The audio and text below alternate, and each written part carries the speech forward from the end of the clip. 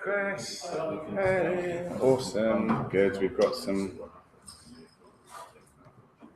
some repeat customers. We have people coming back for more. This is good. I like this. Okay. Yeah, everything's recording. Good. Okay, let's go. So update. Yesterday, CV, career story, GitHub, all those things. Don't worry, there's no deadline, there's no rush. Take time.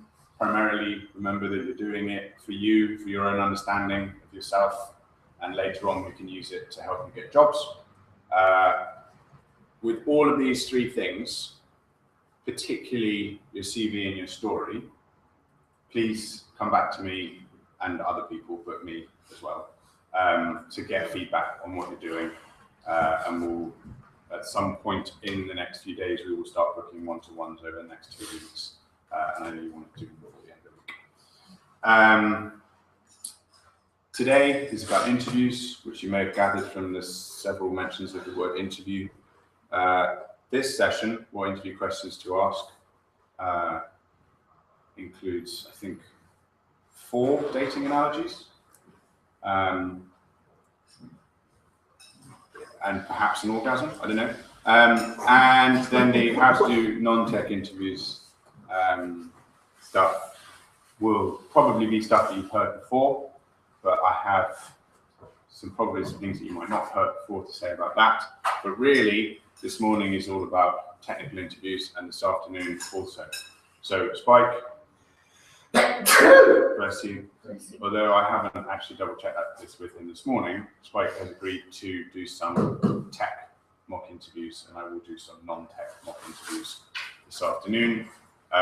All of that is entirely just to get you used to the idea, and just to get you started. It's not a test. It's not anything other than it's useful for you. Particularly because the biggest problem that really comes out with most people around interviews is this sense of, I used to be somewhat senior in a previous industry, and now here I am, being a junior and not knowing very much, and I don't know quite how to work with that. You get nervous, which is understandable, and basically the message is the more you practice, the less nervous you'll be, the more familiar it'll feel, all that sort of stuff. Any questions about the day? Okay. I am going to somewhat rehash Leo's previous talk on tech interview questions, which is on YouTube. Oh, this off thingy. Should you want to see it. This is the important bit. This is general advice for interviews anyway, but specifically for tech interviews. What are they trying to learn? What do they want to know from you? What are they trying to get? Don't just answer the question. Listen a little bit and work out what is it that they're trying to. What are they trying to get out of you? Now, I have some suggestions later on for the various different things that they might be trying to get out of you. But this is something to pay attention to. So later on, you're going to be interviewing each other. A lot of the criticism of that is, I don't know if I'm giving the right answer, and neither do they. Point is not about giving the right answer. It's about how you interpret the question and how you deliver your answer. And when you're asking questions, you're also getting a sense of, when you're listening to their response, what information are you picking up? So actually the peer-to-peer interviews that we'll do later are much more useful when you're asking the questions than when you're answering them. You think about, keep coming back to this idea and keep reminding yourself of this. You don't know how much I know about code. How would you find out? What would you look for? What would be indicators of the fact that I didn't know? What would be indicators of the fact that I did know? And you can then do that with each other. But things you might be looking for, they might be looking for. Passion. This is very important. I'm in the process of gathering a lot of information based on what employers say they want from a developer, particularly from a junior developer. But time and time again, it comes back to really what they want is somebody who cares about code. Some people express it as, you know, I want them to live and breathe code. And you go, well, do any of you live and breathe code? Do you feel like you live and breathe it? I mean, obviously you have somewhat been living and breathing it for the last 3 months, but like, is that something that you're going to continue?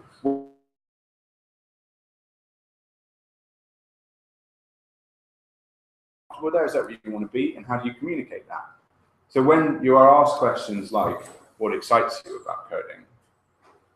It'd be good to have that sort of an answer. And again, it comes back to, and this would be ongoing advice throughout the whole of the week, is that asking yourself these questions is actually really useful for you, regardless of whether an employer ever asks you that question in an interview.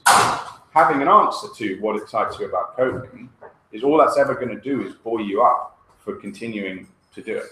And that's great. Why do you want to code, or why did you start? You know, that's going to be part of your career story anyway. You know, that's really where you get to kick out the kind of, well, actually, you know, through my life, I've this to get me to this point. And being able to answer that question well, I'll give you a specific example, actually. There was recently a very large company who they interviewed. I sent 22 applications to them, and they turned around and said yes. I was like, wow, they're going to hire 22 people. No, we're going to interview 22 people. Wow, okay. We're going to interview 22 people in 2 days. Okay. Half an hour each.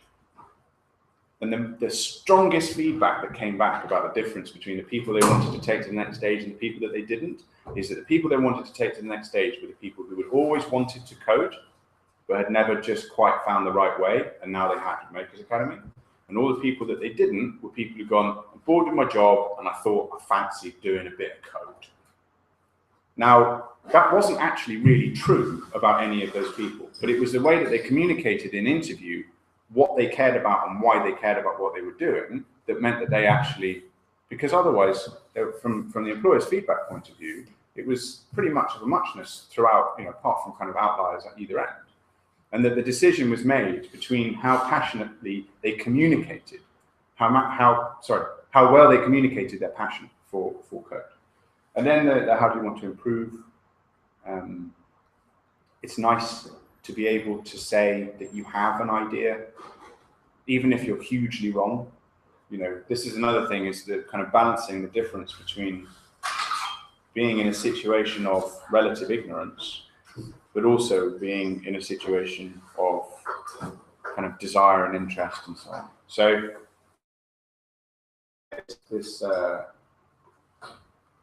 this question is an interesting one, particularly because it offers you the opportunity to then ask them questions about their learning and development programs, how they're going to help you improve the commitment that they're going to make to you in trade of the commitment that you're going to make to them.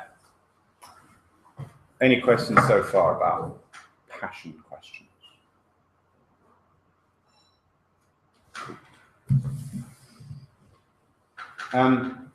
We'll do a session on Thursday around upkeep of this.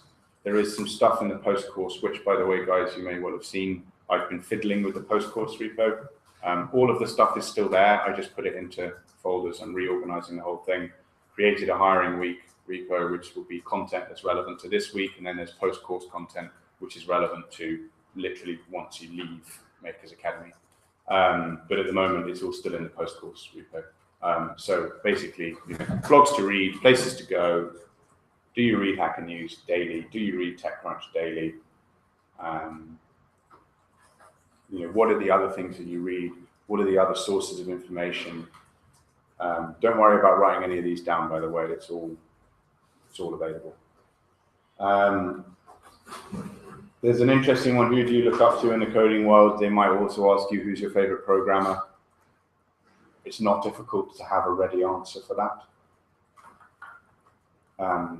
Just beware, and this is general advice, beware of preparing answers, because I think, are you here? Yeah, you are. Yeah. I think apart from the professional poker player in the room, then not a lot of you are going to be able to deliver a prepared answer in a very convincing way to make it not look like it's a prepared answer. I would love some of you to demonstrate to me that that's not true.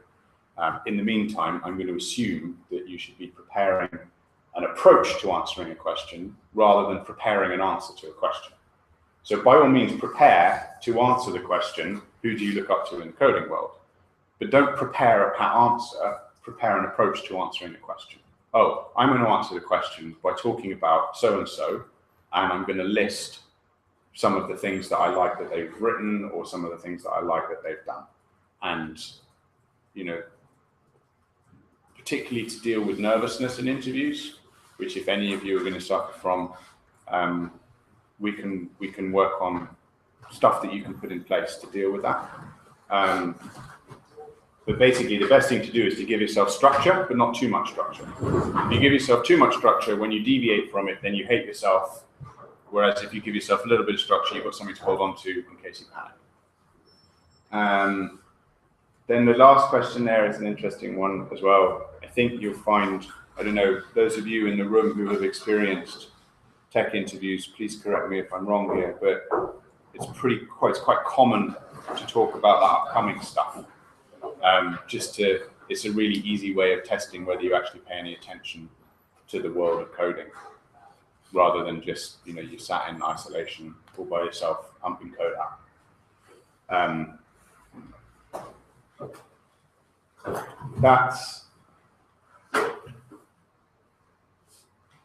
There's a certain sense in which I want to be kind of harsh about this. If I have to tell you to do this stuff, it's never going to happen. Either you're interested or you're not. Either you're reading these blogs or you're not. But if you are, then make sure you're ready to talk about that content in interview, because it's going to do you a world of good when it comes to getting a job as a junior developer. Remember the fact that when you're getting a job as a junior developer, there is more of a focus on your passion, your interest, your drive, your commitment, than it is on your actual technical knowledge or technical capability. You still need to have a minimum standard of technical capability, obviously, but the focus is on your personality and your passion.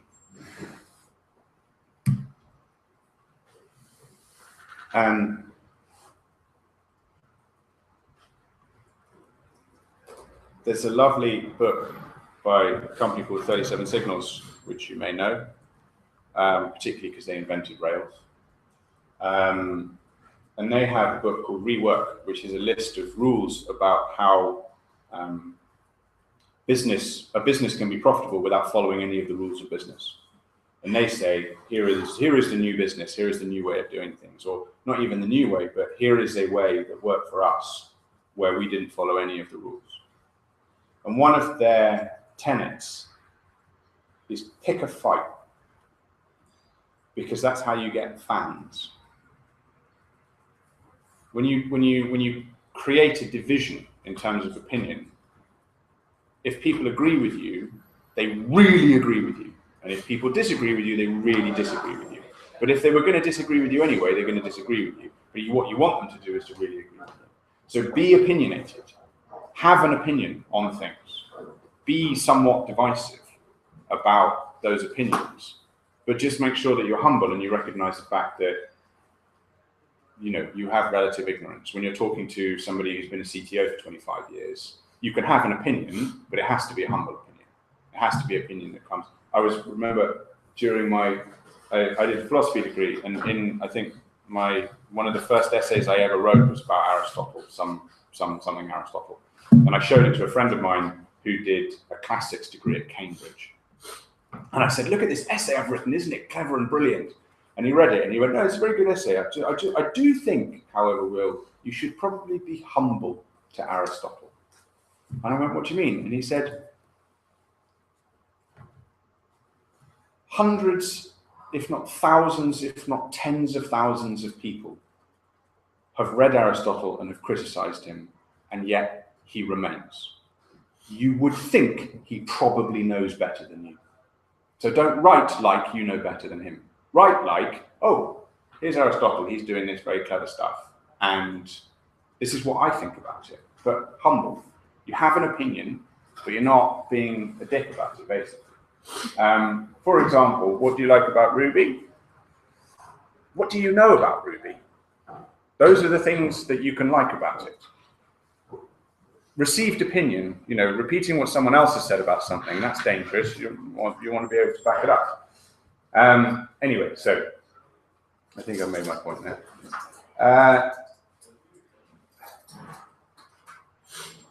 These are example questions. Again, this particularly when it comes to opinions, don't prepare pat answers because A, the question probably won't come up anyway, and B, it doesn't sound like an opinion if it sounds like you've prepared it. By all means, have opinions and back them up and everything, but it's kind of like, you know, these are some questions that you might want to know the answer to, or at least have a think about. But there are, and I will also share with you, lists and lists and lists of technical interview questions. Now, you can go and you can prepare an answer for all of them, or you can get a gist of what the sort of thing is that they're looking for. All of this comes back to the fact that it's much better for you to be prepared in yourself for answering questions than it is to have a list of prepared answers. By the way, immediately after this, you're going to be asking each other interview questions based on this list. So don't ask each other these questions, or do ask each other these questions, but also ask each other different versions of these questions.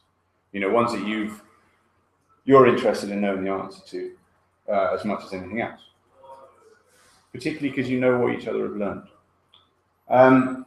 Yeah, this is where it starts getting into more technical knowledge stuff, which is when you go and look at lists of technical interview questions, they tend to focus on the ones that are about technical knowledge. You know, they say, you know, which part of the page loads first. And there's a wonderful Wikipedia article, which is what happens when you type something into the Chrome search bar. And it goes through in detail, as in like, as you press the key, the base of the key touches a contact, which makes a circuit, which sends a signal through, and it goes through, and it's this incredibly long thing that describes what happens between you typing something in, pressing enter, and it returning a result. You think about that as you know, they might ask you a section of that, and you'll go, oh, actually, I have no idea. Which brings me on to a further point. What happens if you don't know the answer to the question? You should tell them straight away, but maybe say how you suppose it might be. Absolutely right. So if somebody asks you a question about scale in AWS, and you go, oh, those words, you know, they feel like they make sense to me, but I don't actually know how to put them together, then it's absolutely fine to say that. It's not a topic I've come across before, but this is how I would approach it. Don't, whatever you do, just say no. Just say, you know, I don't know, because that shuts the whole thing down. And I would recommend, if you have any inclination to do so, that you go and have a look at the basic rules of improvisation. Never say no, you always say yes. So you're trying to keep the conversation going. Don't shut the conversation down. So this is how I would think about it and why. Even if you're wrong, it doesn't matter, because what they're looking at is the way that you think about things and the way that you approach not knowing. You might say in your answer, it would be at this point that I would go to Google. And that's an absolutely fine thing to say.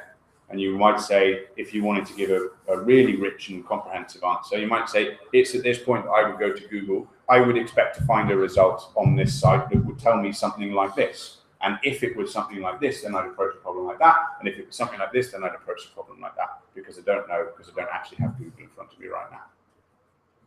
I have heard of people taking their phone out and Googling it, but saying, this is what I would do in real life as I would Google it. So I'm going to Google it now. And okay, so this is the answer as I understand it, blah, blah, blah, blah. I don't fully recommend that. I think that might piss people off, but entirely up to you. That bears repeating. If you don't know the answer to a question, don't make it up unless you say you're making it up. Do give an answer about what you think and explain why you think it and how you would use that knowledge to achieve an outcome. Do you guys feel confident answering any of these questions? Or is there any particular question that you don't feel confident answering? Yeah. Can't remember what DRY stands for. Okay. Sorry, say that again. Sorry, say it again. That's actually the only one.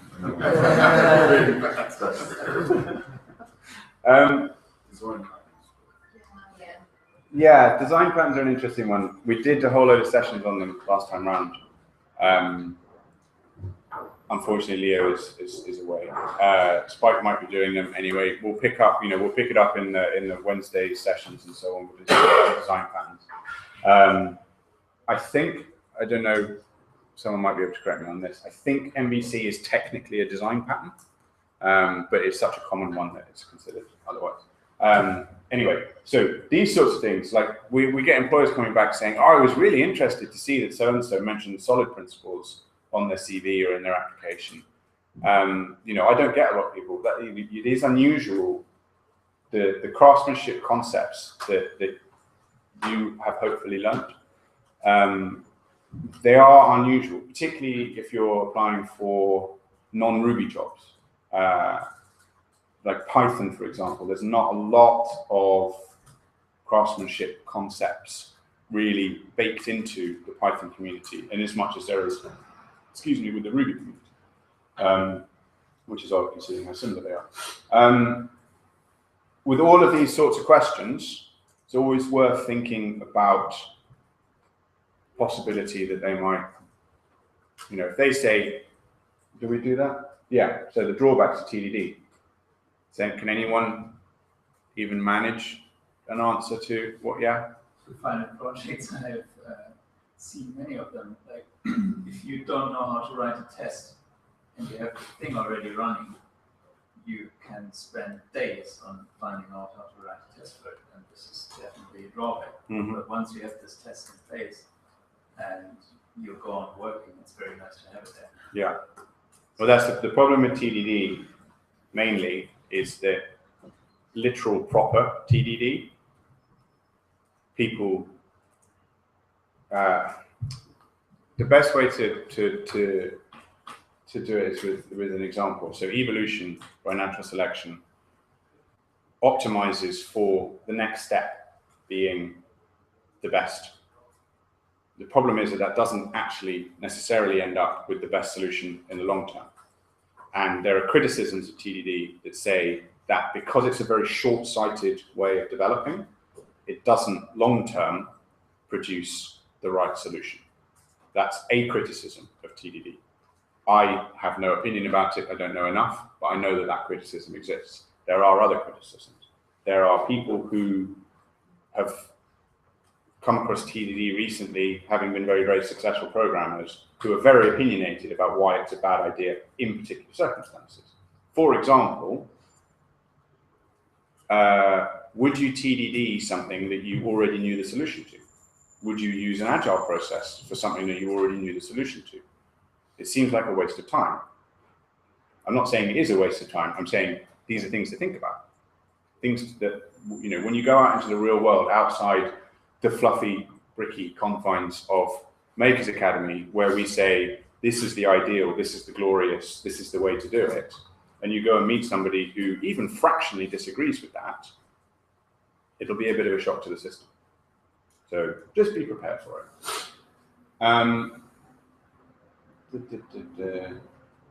Yes, lots and lots and lots of lists of questions. So then there's, well, one of the things we haven't included in this slideshow, mainly because we don't want it out in the public domain, although I'm aware of the fact that this is now being recorded. But anyway, there is a set of questions that you potentially might be asked in a technical interview, which I call, I have a computer science degree, do you? Questions. They're difficult to answer because you don't have a computer science degree. Now, you could go and look up those questions and have answers to them and everything, but that would be lying. So what do you say in that situation? The first thing to be aware of is the fact that you haven't trained in computer science. So you're absolutely allowed to say, I didn't train as a computer scientist. I trained as a software developer. I trained as a junior software developer.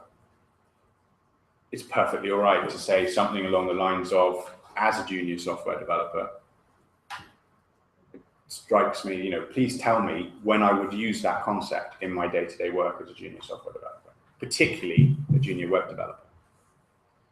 If you want to be cheeky, you can ask, when was the last time you used that concept in your job? Because the correct answer is likely going to be, I don't think I ever have, or, oh, back in 1997. But, you know, depends on, it's up to you how cheeky you want to be in that situation. Just be aware of the fact that you quite likely will be asked questions that require you to have some decent understanding of computer science. Now, this is much more likely in jobs that you apply for by yourself rather than through us, because people just simply won't understand what you've done, or they will require more understanding of what you've done in order to understand that you don't have computer science concepts. Whereas employers that come through us have somewhat been somewhat more understanding of that situation. The difficulty you find is that the people who tend to be interviewing you are computer scientists, and so they think, somewhat rightly, that someone who has computer science training is going to be the right person for the job. We all naturally have a tendency to hire people or to look for people who are similar to us. You just need to find a way of breaking that mold without offending. I mean, you know, offend people if you want, I don't care. But just be aware of the fact that you might get these questions. For example, you might get a question about N+1 problems, efficiency, performance. Anyone have any idea what that means? Any guessing? Cool. One thing you should definitely be aware of is big O notation, which basically is a mathematical measure of the efficiency of an algorithm. So as you run through, how many times do you run through? Say it's easy when you're looking at a loop. You know, if you run through the loop once, then that's an O1 problem. An ON problem is you run through the loop more than once, and then there's, you know, you go into n squared and all this sort of stuff, 2 to the n. But then there's n+1, which is usually, so it's ON and then +1. And what that means is you run through the loop once and then you perform a single action afterwards. And so that's just a very, very rough pointing you in the direction of the idea of big O notation, which is like,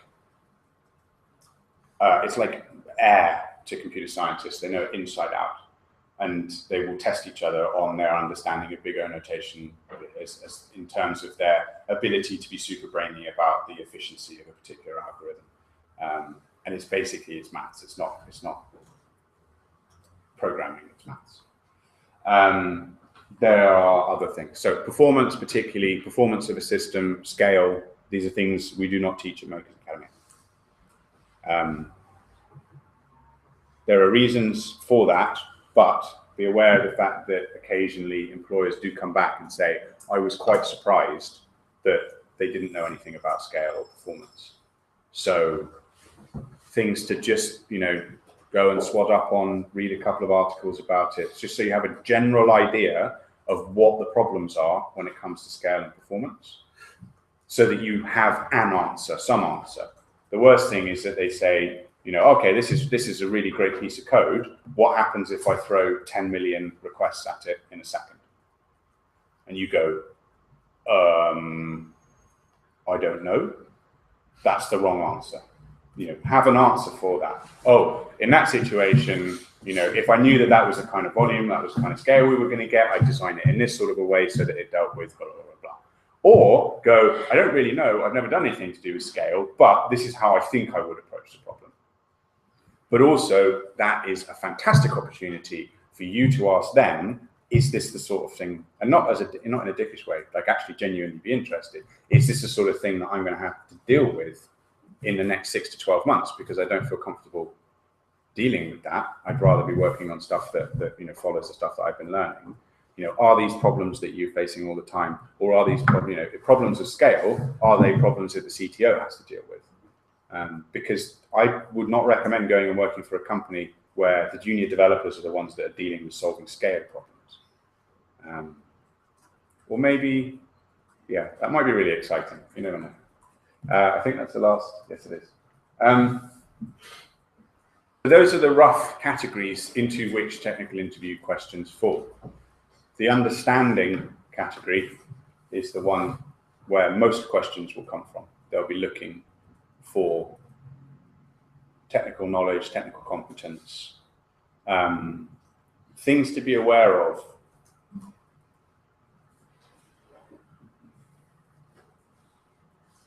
I think it was best put by an employer I was interviewing who said, I said, what makes a good developer? And they said, a good developer is a developer who understands what is going on, the layer of abstraction beneath where they are operating. So, do you have any idea how the Ruby interpreter works? Probably not. Runs until the end. Sorry? Runs until the end. But how does it interpret? That's why do you write it in this way rather than that way? Why do you write your Ruby code in this way rather than that way? It's usually because of how the interpreter deals with writing it this way or that way. That sort of knowledge, you don't need to have it, but you need to be aware of the fact that, the different layers of abstraction all the way down to the machine code, you don't need to know much of it at all. But having a decent understanding of what's going on, what is the interaction between your code and the browser? How does any of that actually work? That's stuff that you may well be asked about in an interview. And if you can't demonstrate at least a vague understanding of it, you will be categorized as somebody who is not, that your understanding doesn't fit in the grander scheme of things. And that kind of goes into the whole sense of interest. That kind of stuff you don't actually need to necessarily have dealt with during your course, but it's stuff to be reading about. It's why is Ruby written the way it's written? Have any of you looked at the Ruby source code, for example? It's really actually a very interesting read. Bizarrely, even for me, who I can just about read Ruby, I don't understand it.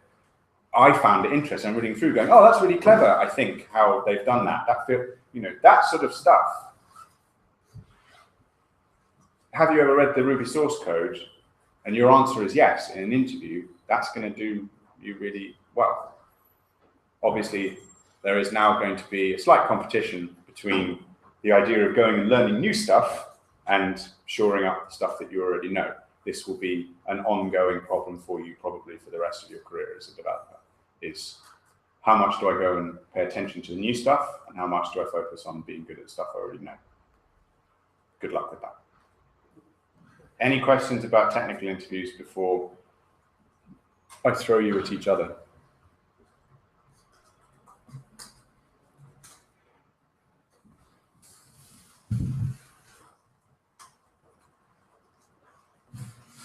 Okay.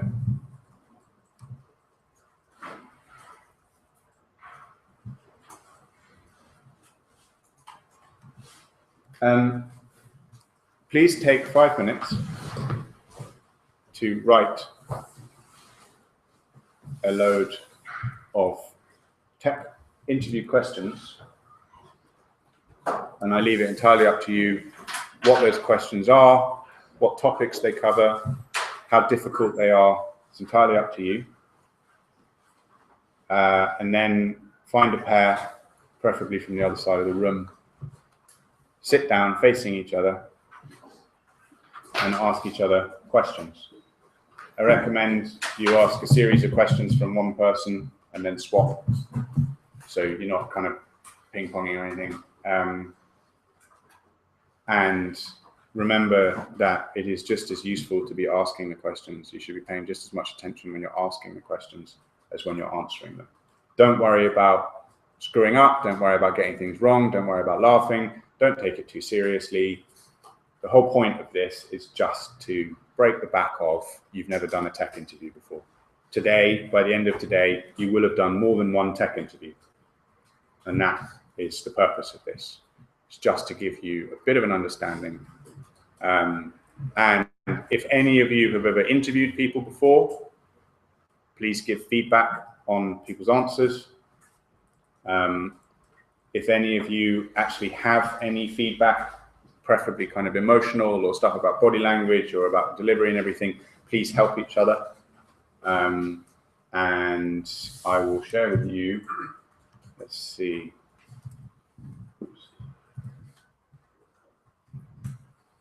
Oh, it's difficult typing out the corner.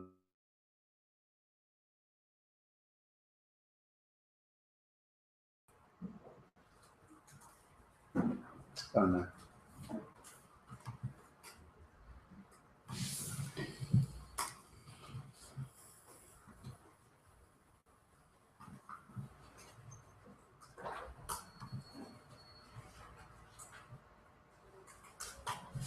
There are some questions to give you inspiration.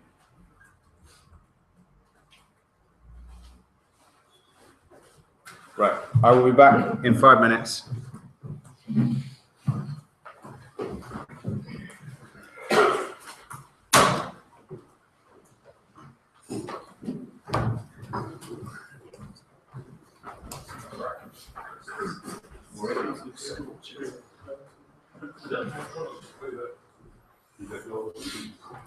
Yeah.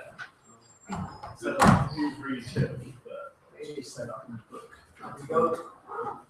Well, I kind of find out why people think they want like master's computer science, so where can I say that on the slightly on? Well, it's fine, she said. Just give me the material, and then if I can decide to interview examples, but there's no way. I have no idea about it. So you should be familiar with this stuff. It's blagging. No, there's no way you can like this stuff. Well, is it beforehand? No. She said, so just have a look at the stuff I've sent you and then tell me what you want.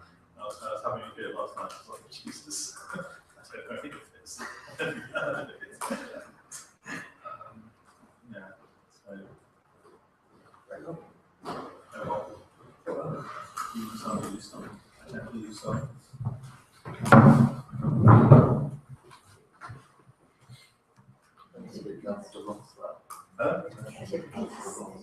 Okay. Call it draw. What's the noise? It didn't make it clear. It's for people. It's not given loads of computer science. It's not on you. It's their character. It's also maybe in 2 years' time. Eventually read through all the stuff. Yeah.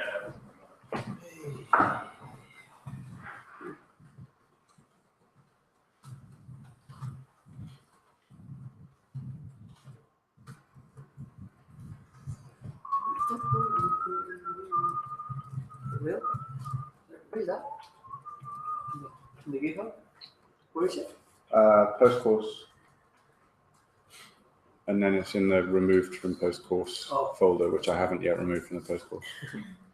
Is there an code in program? Like, do you have to have a hero in programming? Yeah, It's something that's there. I was gonna say talk that. about standing minutes. It's a good default. Okay. Because I've read the book. Yeah, sure. I mean, you know, it's not necessary to have an answer, but it's just necessary to know that you might be asked a question. All those guys are way smarter and better than we are. Like, I look up to everybody who is writing the things that I use. There, that's a good answer. No, I think so. I don't have to remember any name, Grace.